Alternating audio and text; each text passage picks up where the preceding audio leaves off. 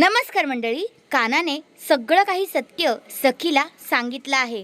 तर सखीसमोर आलेली बाई खरंच तेजस्विनी आहे का, जाणून घ्या या व्हिडिओमध्ये. चला तर मग पाहूया त्या प्रोमोमध्ये आपल्याला काय पाहायला भेटलं.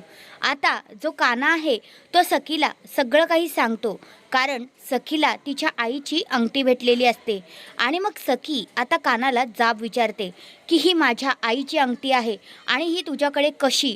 काना, मला सगळं काही खरं खरं सांग, माझ्यामध्ये लपंडाव ठेवू नकोस. तेव्हा मग काना आता सखीला सगळं काही सांगून मोकळा होतो. म्हणतो, हो, तुझी आई जिवंत आहे, ती तेजस्विनीच आहे जी घरात वावरते आहे.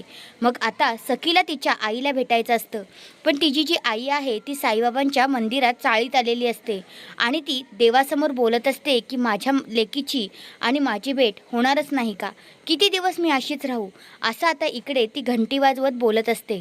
तेवढ्यातच आता सखीची तिथे एंट्री झालेली असते आणि सखी तिला आई असा आवाज देते. तेवढ्यातच जी सरकार आहे ती मागे वळून पाहते. पण मला असं वाटतंय 100% सरकारला सगळं काही कानाचं माहीत होतं की कानाचा नक्की काय प्लॅन आहे, म्हणून आता सरकार कानालाच इकडे फसवत असेल असं मला वाटतंय. कारण सखीसमोर जी उभी आहे ती खरं तर मनस्विनी असावी. तुमचं मत काय आहे ते कमेंट करून नक्कीच सांगा.